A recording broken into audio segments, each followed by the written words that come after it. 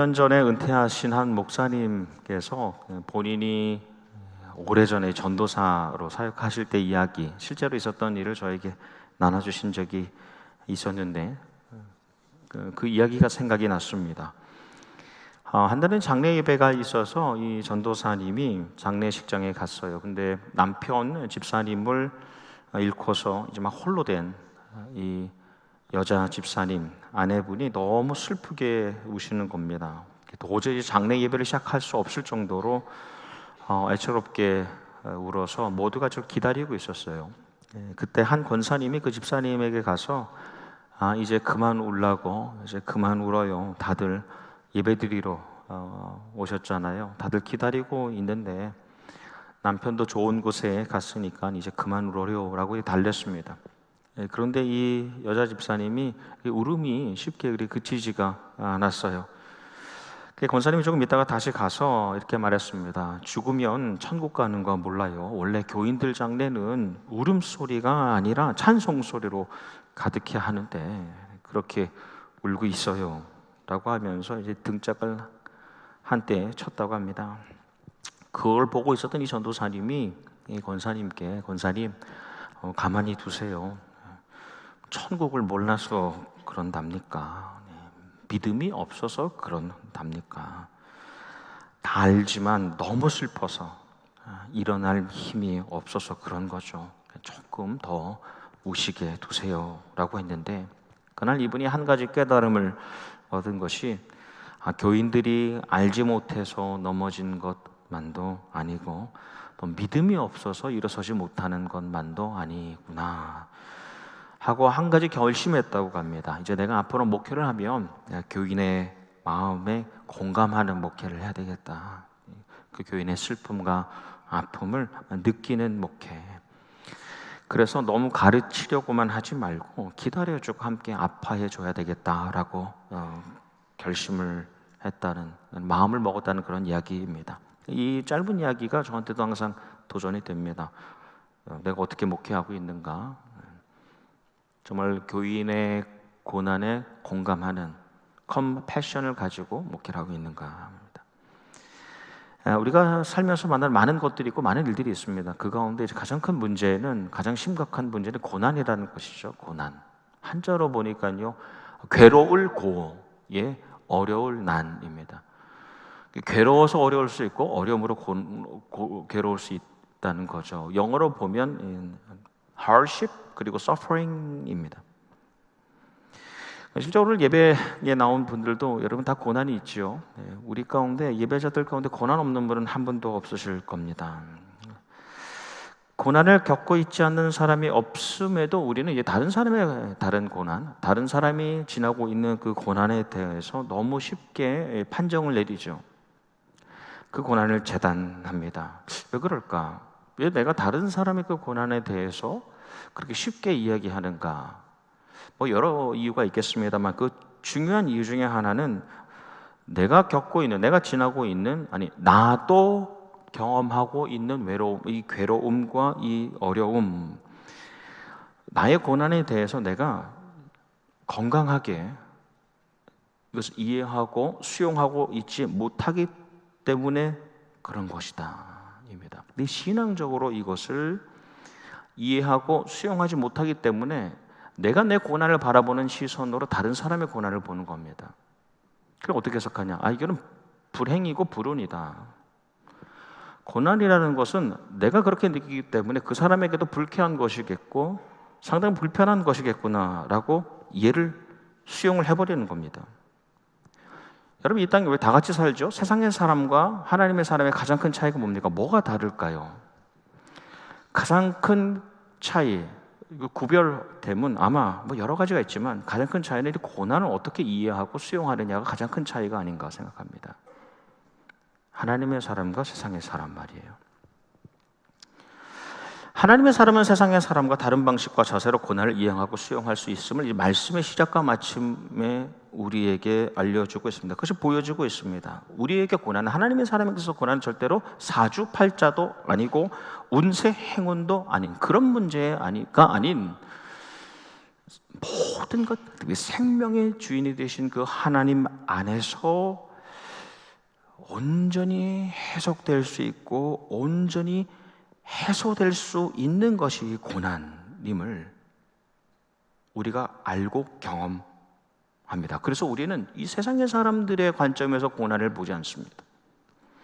이 말씀을 보면 이 고난에 대한 이야기가 참 많이 있죠. 특별히 세 가지 유형으로 나눌 수 있는데요. 첫 번째는 우리가 하나님께 죄를 지음으로 경험하게 되는 이 형벌의 고난입니다. 형벌의 고난. 아담과 하와 이 첫사람이 죄를 짓잖아요. 교만하여서 선악과를 따먹습니다. 하나님처럼 하나님 같이 되려고 이 죄를 짓습니다. 그런데 그 죄에 대한 대가가 있었죠. 죄의 삭시 무엇이냐? 그것은 이 고난입니다. 이 고통 속에서 환난 속에서 살아갑니다. 그럴 때 죽음을 맞이하는 것이죠. 그래서 이 형벌의 고난이라는 것은 모든 사람이 경험하는 거예요. 이 땅에 살아가는 모든 사람들이. 그래서 우리가 범죄와 거울을 저질 때 마땅한 결과로 받게 되는 첫 번째 고난, 이 형벌의 고난, 괴로움과 어려움이 있습니다. 두 번째는 좀 달라요. 두 번째 유형의 고난은 하나님의 사람이 경험하는 고난입니다. 이것은 우리가 하나님 앞에서 성장하고 성숙하게 되는 훈련의 고난입니다. 아버지 아브라함에게 아들 이삭을 바치는 명령이 떨어집니다. 대단한 시련이죠. 내 생명과 같은 아들을 바친다는 것. 근데 그 연단의 과정을 통해서 아브라함은 그 훈련의 고난을 통해서 믿음의 조상이 됩니다. 하나님의 자녀는, 하나님의 사람은 그 시련과 연단의 과정을 통해서 결국은 이 고난의 과정을 통해서 조금 더 예수님을 담아내는 삶으로, 그래서 생활 속에서 예수님을 닮은 삶으로 변화되어 갑니다. 우리는 그것을 좀 신학적 용어로 성화라고 하죠. sanctification, 거룩하게 변화되는 겁니다. 분명한 훈련의 고난이, 두 번째 훈련의 고난이 있어야지만 우리에게 거룩함의 변화를 이루어갈 수 있는 겁니다. 이것은 하나님의 사람만이 경험하는 거예요. 거기서 조금 더 나가면 세 번째 고난에 대해서 이야기하고 있는데, 하나님께서 하시는 일에 동참하는 사역의 고난입니다. 사역의 고난. 예수님께서는 죄가 없으신 분이셨잖아요. 그분에게는 형벌의 고난이 없으셔야 될 분입니다. 필요가 없는 분이세요. 그 고난과는 상관이 없는 분입니다. 예수님께서는 온전하신 하나님의 형상을 가지신 분으로 그분에게 더한 성장과 성숙의 과정이 필요 없습니다. 그분에게는 훈련의 고난도 필요 없는 분이십니다. 그런데 고난을 당하시잖아요. 형벌의 고난도 훈련의 고난도 필요 없으신 분이 고난을 당합니다. 이 고난이 하나님의 일하심에 같이 들어가는, 동참하는 사역의 고난입니다. 이거 역시도 하나님의 사람만 경험하는 것이죠. 그래서 고난 가운데 고난이 극심한 십자가의 고난을 받으시지 않습니까? 그렇게 하나님의 구원에 살고 완성하시죠. 그래서 그 사역의 고난에 동참하는 사람들은요, 떳떳합니다. 당당하고 아름답습니다. 왜냐? 그리스도의 고난에 동참하는 사람들이기 때문에 그렇죠. 사도 바울의 고백과 같이 내 육체에 그리스도의 남은 고난을 채워간다는 겁니다. 그것을 채워가면서 살아가는 겁니다. 내가 지은 죄 때문에 형벌의 고난이 아니라 나의 부족함에서 오는 이 훈련의 고난을 넘어서는 사역의 고난입니다. 이 세 가지 유형의 고난을 말하고 있습니다. 여러분, 우리 인생의 고난에 대해서 가장 세밀하고 면밀하게 우리에게 가르쳐주고 있는 말씀이 욥기입니다. 우리가 지금 욥기서 말씀을 읽어 나가고 있는데, 욥기입니다. 욥이라는 사람, 정확한 그 기록은 없지만 BC 2000년 전이니까 지금부터 4000년 넘게 그 전에 있었던 사람입니다. 그 시대를 보면 아브라함 시대 사람이에요. 욥은 족장 시대 사람입니다. 우스라고 하는 가나안의 동남쪽에 있는 대단히 알려진 곳이 아니지만 지금 어딘지 정확하게는 알 수는 없지만 그런 곳에서 살았던 사람입니다. 그런데 하나님의 말씀은 그 욥이라는 사람에 대해서 세 가지로 묘사하고 있습니다. 그럼 어떤 사람이었는가? 첫 번째, 먼저 그는 부요한 자입니다. 부요한 자. 우리가 잘 알듯이 많은 걸 가졌죠. 아들이 7이었어요. 딸이 3이고 가축, 낙타와 소와 나귀가 엄청 많았습니다. 수백 마리, 수천 마리였고 종들은 무수했습니다. 그러니까 욥은 부요한 자예요. 근데 그 다음에 나오는 그에 대한 묘사가, 둘째, 욥은 정직한 자입니다. 저는 이게 참 중요하다고 생각합니다. 대단한 부자인데 정직한 자였다는 거예요. 여러분, 거부가 되기 위해서는 부정한 방법을 사용할 수도 있어요. 요즘에 그런 일 많잖아요. 그런데 이 욥은 정직한 자였다는 겁니다. 진실된 방법으로 그 자리에 오를 수 있었다는 겁니다. 부요함과 정직함이 같이 가는 사람이라는 것이죠. 마지막으로 말씀의 그 묘사가, 그는 경외하는 자라는 겁니다. 그리고 정직함으로 부유함을 누릴 수 있었던 근본적인 이유가 뭐냐? 정직할 수 있으면서 그 정직함으로 진짜 부유함을 누릴 수 있었던 그 이유가 하나님을 경외하는 사람이었다는 겁니다. 어느 정도였는가? 가족들이 또 주변의 사람들이 잔치하려고 모이잖아요. 그럼 그 사람의 수만큼 번제를 드렸습니다. 모인 사람 수만큼 하나님께 예배하는 자였습니다. 그래서 욥은 부유한 자요, 정직한 자요, 그리고 하나님을 경외하는 자입니다. 우리가 그런 복이 있기를 주님으로 축복합니다. 네. 그러니까 하나님께서 사탄에게 그대로 욥에 대한 그 묘사, 욥을 그리는 그 말씀 그대로 욥을 사탄에게 자랑하시죠. 그 말씀 보면 내 종 욥은 온전하고 정직하고 경외하는 자라고 하세요. 근데 사탄은 욥이 부유하고 정직하고 경외하는 자가 되는 데는 이유가 있다는 겁니다. 뭐냐? 하나님이 잘 되게 해주시니까. 하나님이 잘 살게 해주니까 그렇지, 그 중에 작은 것 하나라도 하나님이 가져가신다면 하나님을 욕할 겁니다. 하나님께서 사탄에게 욥을 시험하는 것을 허락하시죠. 그래서 고난이 시작됩니다. 근데 우리가 잘 아는 고난이죠. 재물이 없어져요, 가축이 없어져요, 종들도 없어져요. 그 다음에는 자녀들도 없어지고 가족도 무너지고 가정을 잃어버리죠. 가장 밑에, 가장 바닥에 생명의 위협을 받을 정도의 그 건강을 잃어버립니다. 그래서 머리에서 발끝까지, 발바닥에서 정수리까지 온몸의 종기 연하는, 마지막에 건강을 잃어버림으로 이 전적인 상실을 경험합니다. 모든 것을 잃어버린 상황. 결론적으로 말씀드리면 여러분, 욥기의 주제는요 극적인 회복이 아닙니다. 이것이 이 말씀 우리에게 전하고자 하는 것이 아닙니다. 극적인 회복이 욥기라는 책의 주된 주제가 아닙니다. 인생 역전에 대한 이야기가 아니고 최후의 승리에 대한 말씀이 아니라는 겁니다. 이 욥기는 우리가 계속하여 이 땅에서 경험하는 이 고난을 어떻게 대할 것인가, 고난을 마주하는 하나님의 사람의 그 모습을 그리는 것이 욥기입니다. 그 욥이 회복되잖아요, 나중에. 여러분, 그 욥의 회복은 그 고난의 과정을 해석하고 그것을 해소해내는 사람이 마지막에 만나게 되는 아주 부수적인 복입니다. 그게 메인이 아니에요. 그것은 부록과 같은 복입니다. 그래서 이 욥기서를 보면은 욥을 둘러싼 적잖은 사람들이 나오는데, 이 사람들은 어떤 사람들이냐? 이 하나님의 그 욥의 고난을 마주하는 그 욥의 그 고난 속에 감춰져 있는 그 하나님의 계획과 섭리를 발견하지 못하는 사람들이 욥 옆에 있어요. 오히려 욥 옆에 있는 사람들은 그 고난에 감추어진 하나님의 뜻을 오히려 발견하지 못하는 사람처럼, 그런 못하게 만드는 도구, 매개로 사용되고 있음을 우리가 보게 됩니다. 그래서 욥이 이제 잿더미에 앉아가지고 너무 간지러우니까 뭐 견딜 수 없으니까 어떻게 하면 질그릇 조각을 가지고 몸을 긁잖아요. 깨진 그릇을 가지고 몸을 긁습니다. 근데 가장 먼저 다가온 사람이 아내예요. 배우자가 와서 말합니다. 그렇게 잊지 말고 하나님을 욕하고 죽으라, 이렇게 말합니다. 그런 말이 들리는 거예요. 하나님을 욕하고 그냥 그렇게 살지 말고 죽으라는 겁니다. 근데 욥이 이게 말씀해 보면 입술로 범죄하지 아니하리라, 좀 쉬운 번역에 말로 죄를 짓지 않았다입니다. 그런 말이 있는데, 고난 중에 있는 사람이 말로 죄를 짓지 않았다. 이어서 욥을 찾은 세 친구가 있죠. 엘리마스 빌다 소발이라는 사람입니다. 비슷한 내용을 얘기합니다.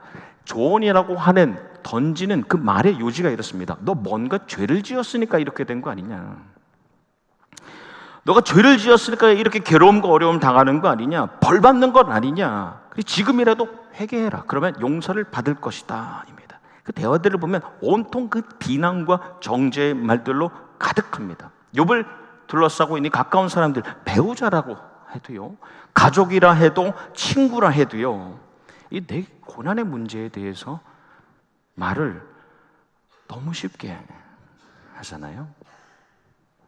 왜 그럴까? 앞서 나눈 것처럼 자기 삶의 그 고난의 문제를 건강하게 해석하지 못하고 해소해내지 못한 사람들의 말이 그렇습니다.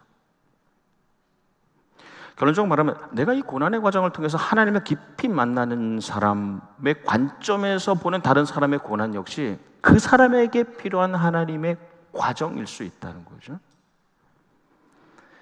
그래서 흩어지는 말을 함부로 뱉지 않습니다. 소곤거림과 수군거림, 상대에게 상처를 주고 흉터를 남기지 않아요. 하나님 안에서. 왜냐? 내가 건강하게 그 고난의 문제를 이해하고 수용했기 때문에 그렇습니다. 그래서 말씀하면 욥이 너무 억울하잖아요. 답답하잖아요.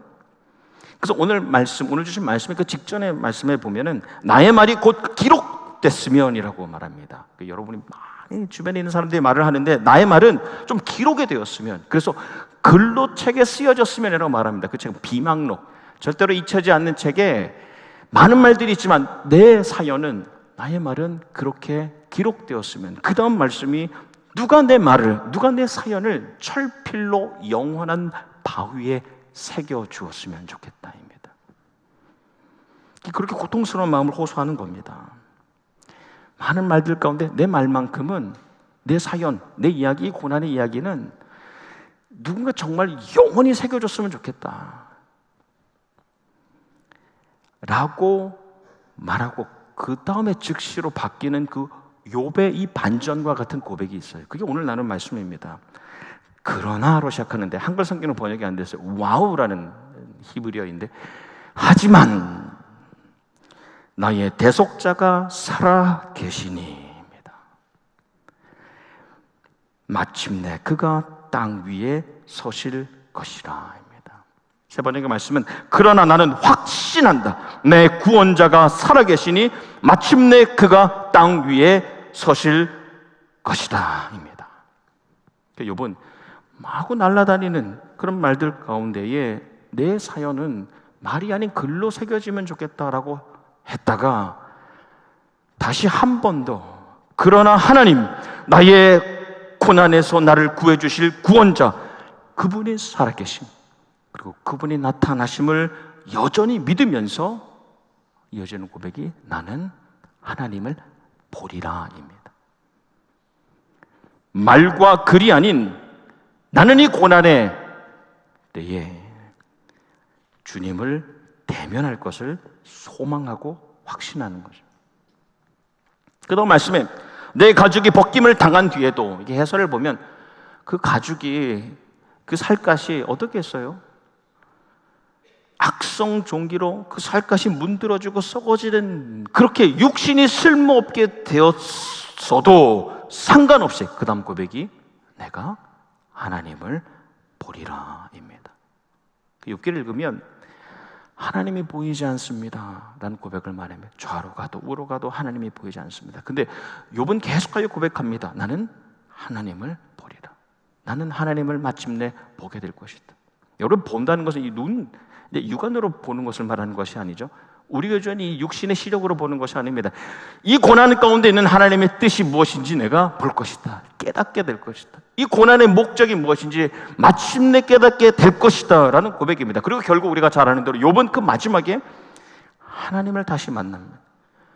그리고 지난 고난에 감춰져 있던 하나님의 놀라운 목적을 발견하게, 그분의 뜻을 깨닫게 됩니다. 그리고 마지막 장에 고백하잖아요. 42장 5절 말씀에 내가 죽게 대하여 그전에 귀로 듣기만 하였사오나. 그러니까 주변의 사람들이, 야, 너의 고난에 대한 이야기들, 많은 이야기들 사람들이 양산해 내는 것을 들었어요.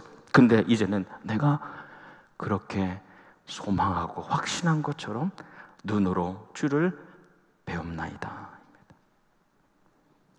삶의 고난, 삶의 괴로움과 어려움을 통해서 정말 하나님을 깊이 만난 사람들은, 그런 사람들은 그 다음 만나게 되는 이 땅에서의 고난 앞에서 흔들리지 않잖아요.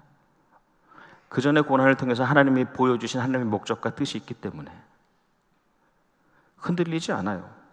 하나님을 향한 신뢰와 의지는 우리가 세상을 떠날 때까지 계속해서 쌓여갑니다. 차곡차곡 쌓여갑니다. 그뿐 아니라 내가 흔들리지 않을 뿐 아니라 그 고난 가운데 있는 사람들을 흔들지 않습니다. 그를 향하신 하나님의 목적이 있기 때문에 그렇죠. 그분을 훈련시키시고 그분을 하나님의 사역에 동참하게 하시는 하나님의 놀라운 뜻이 있기 때문에 내가 흔들리지 않을 뿐 아니라 그 사람의 고난에 대하여 흩어지는 말들로 응대하지 않습니다. 그래서 우리가 고난 가운데서 이 고통과 환난 가운데서도 하나님을 더 밝히 보기를 소망하는 것이죠. 제가 이제 종종 병원에 신방을 가는 경우가 있습니다. 환우들 보러 이렇게 가서 보는데 단둘이 앉아서, 물론 이제 보호자분이라던가 가족분들 계실 때도 있지만 단둘이 앉아서 이야기를 오래 나눌 경우가 좀 있어요. 근데 말씀을 들으면 지금 이 몸 아파서 병원에 오신 것은 정말 고난 가운데 아주 작은 부분이시더라고요. 그 외에도 산재에 있는 쌓여있는 많은 고난들이 있으시더라고요. 글을 듣습니다. 어떨 때는 몇십 분, 어떨 때는 1시간, 어떨 때는 3시간씩 들을 때도 있어요. 마치 한 권의 책을 읽는 것 같은 시간. 아, 그렇게 사셨군요. 아, 그렇게 지나오셨군요. 지금 그런 어려움이 있으시군요. 기도하고 내려오는데 저에게 이제 나의 고난에 대해서 이야기하시는 분들이 여전히 하나님을 구하고 하나님을 바라보기를 원하고 계시다는 거예요. 그걸 느끼면서 나옵니다. 그럼 엘리베이터 타고 내려오면서 제가 너무 감동이 돼요. 이런 고난 속에서도 하나님을 찾는다는 것. 여러분, 고난이 주는 게 막막함이 있잖아요. 고난이 주는 절망감이 있습니다. 이게 언제 끝나냔 말이에요. 이게 어디까지 버텨야 되냐는 말이죠. 근데 그 어둠 속에서도 안 보이잖아요, 하나님. 눈을 감아도 하나님이 실제로 보이는 게 아니라 눈을 떠도 눈 보이지 않잖아요. 근데 그 가운데서 하나님을 그 심령이 계속하여 바라본다는 것, 정말 어려운 일입니다. 근데 그 하나님을 바라보고 계신 거예요. 내가 그 상황에 되었을 때 하나님을 그렇게 구할 수 있을까? 여러분, 그 소경이 실롬을 만나기 전에 얼마나 많은 소음이 있었습니까? 이 사람 죄진 게 부모 죄입니까? 이 사람 죄입니까? 이 사람의 태 속에 있을 때 지은 죄 때문입니까? 부모의 죄가 유전된 겁니까? 왜 이렇게 앞을 못 봅니까? 그 소음 속에 살았던 그 소경. 근데 눈을 뜨고 육신의 눈이 먼저 뜨이고 영안이 열려서 예수님을 보잖아요. 그 주님을 고백하지 않습니까?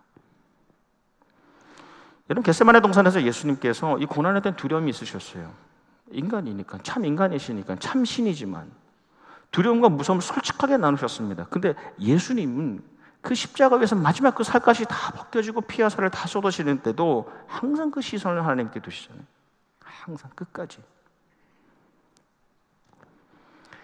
그래서 그분의 삶이, 그분의 생명이 죽음으로 이어지는, 육적인 생명이 죽음으로 이어지는 그 순간까지도 끝까지 마지막 그 순간, 마지막 드리는 기도가 아버지요, 내 영혼을 아버지께 의탁하나이다, 요즘 부탁하나이다, 그 기도를 마치시잖아요. 그래서 육신을 벗어나셨지만 결국 하나님께서 그 기도를 들어주시고 어떻게 하십니까? 새로운 생명으로, 영원한 생명으로 회복시켜 주시는 거잖아요.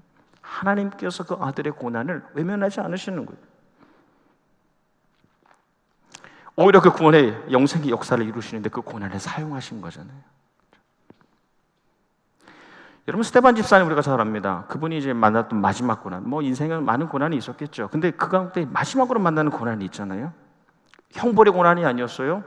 더 이상 이 성장과 성숙을 위한 훈련의 고난도 아니었어요. 오직 한 가지, 하나님의 사역에 동참하는 고난이었습니다. 하나님의 교회와 나라를 위한 고난이었습니다. 사역의 고난이었어요. 근데 이 스데반 집사님이 사도행전 7장 말씀해 보니까 스데반이 성령 충만하여 하늘을 우러러 주목하여 하나님의 영광과 및 예수께서 하나님의 우편에 서신 것을 보고입니다. 그 주변의 상황은 스데반 집사님이 하나님의 그 밝은 하나님과 그 우편에 서신 예수 그리스도의 모습을 볼 때에 사람들은 소리를 지르고 있었어요. 그 전에 스데반 집사님의 그 설교와 그 말씀이 듣기 싫었거든요. 막 엄청난 소란 가운데 하나님을 보고 있는 거예요. 그리고 사람들이 어떻게 합니까? 죽일 작정을 했어요. 근데 성 안에서는 못 죽이게 되었으니까 율법에 따라서 성 밖으로 끌고 갑니다. 그리고 돌을 던지죠. 그래서 집사님이 이 세상을 떠나는데 무릎을 꿇고 세상을 떠날 때에 그의 죽음에 대한 말씀의 표현이 뭡니까? 세 글자예요. 잔이라. 잠에 드니라 아닙니다. 그러니까 여러분이 육신의 안에 있을 때 지극한 고난 속에 있는 사람이라도 하나님을 집중하여 하나님을 바라보는 사람이 육체를 벗어나서도 육체 밖에서도 그 하나님을 볼 수 있게 된다는 것이죠. 고난 가운데에, 고난 중에 가장 큰 고난은 뭡니까? 죽음이잖아요. 우리 삶에서 가장 큰 고난은 죽음입니다.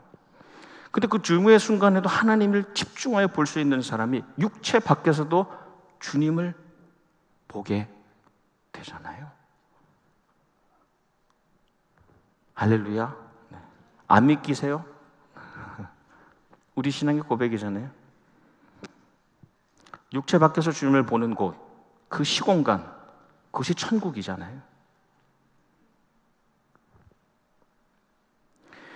이런 부연이 여기의 핵심 주제가 인생 역전이 아니라고 했습니다. 치유의 승리가 아니라고 했습니다. 그런데도 불구하고 말씀은 이 마지막에 주님을 바라보면서 그 고난을 지나고 있는 사람에게 주시는 결론적인 회복이 있죠.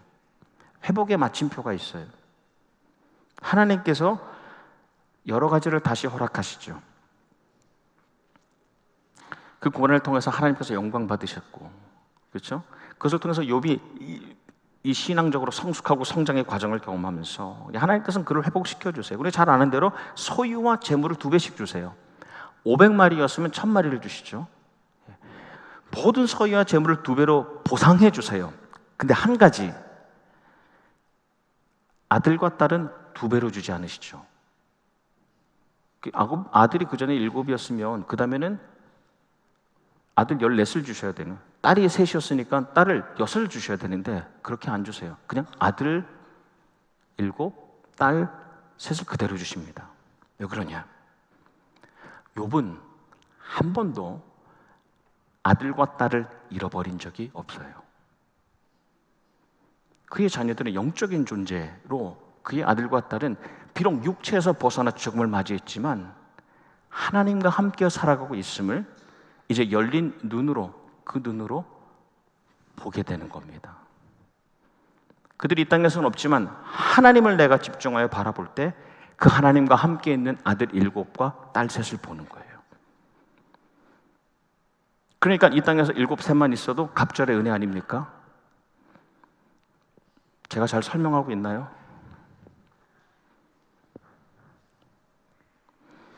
그래, 갑절의 회복을 누리는 겁니다. 그리 말씀 속에서 여러분, 내가 모든 것을 잃어버렸다라고 여기지만 내가 모든 걸 잃어버렸다, 내가 그 사람을 잃어버렸다, 내가 그 소유와 재물을 잃어버렸다고 하지만 우리가 주님에 집중하여 볼 때에 내가 잃어버렸다고 생각했던 모든 것들이 여전히 주님 안에 있음을 보게 되는 겁니다. 육체를 벗어나서도 내가 하나님을 볼 것이다. 제가 6년 전에 나눴던 그 예화이긴 한데 아마 들으시면 맞아, 그런 일이 있었지라고 생각이 드실 것 같습니다. 미국의 북장로교회에서, 본래 이제 미국은 PCUSA가 북과 남으로 나눠져 있었어요. 근데 그 당시 북장로교회에서 한국에 많은 선교사님을 보냈습니다.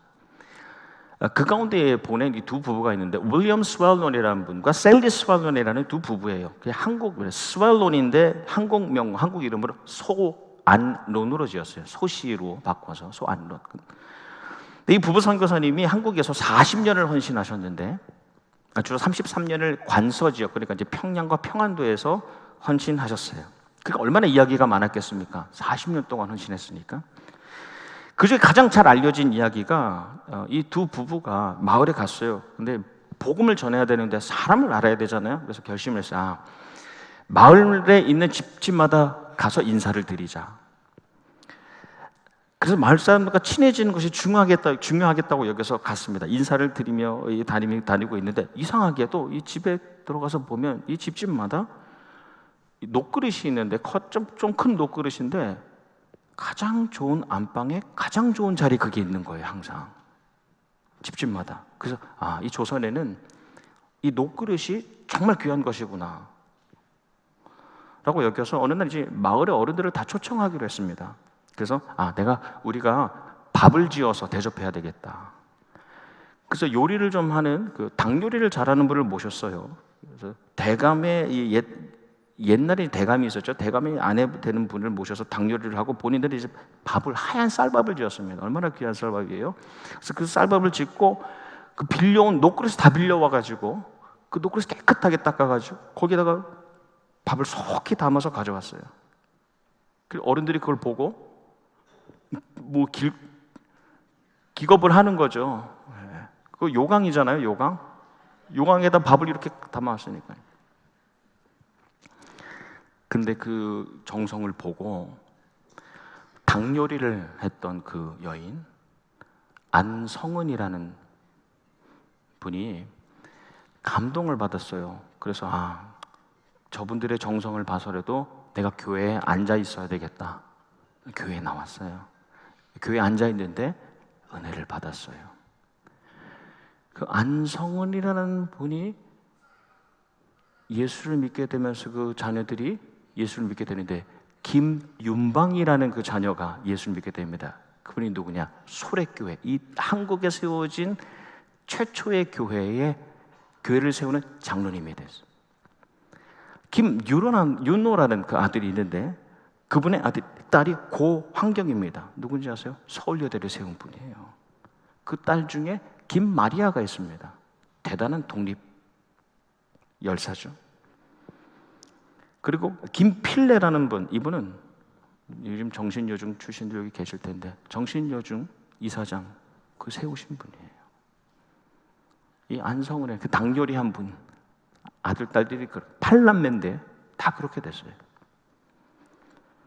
사실 제가 나누려는 것은 이 부분이 아니라 이 소환론 선교사님이 쓴 걸로 알려진, 근데 이제 보니까 이제 번안했다는 얘기도 있고요. 그분이 쓴 걸로 알려진 찬송가가 있습니다. 하늘 가는 밝은 길이. 우리는 주로 장례 예배에서 이 찬송을 드리는데 이 찬송은 더 깊은 의미가 있습니다.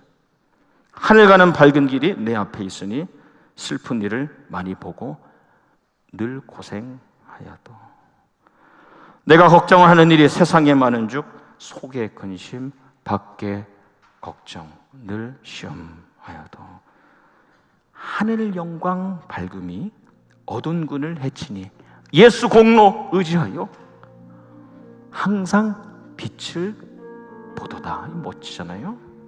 항상 빛을 보는 거예요. 근심이 있고 걱정이 있고 고생하여도 항상 빛을 보리다. 우리 2025년 이 마지막 1월에 주일 말씀을 나누면서 우리 나성영락의 공동체 안에 욥의 믿음을 가지고 이 가정을 지나고 있는 정말 고난 가운데 어려움과 괴로움 때로는 외로움을 지나고 있는 모든 하나님의 사람을 응원하고 축복합니다. 우리 구별됨 무엇입니까?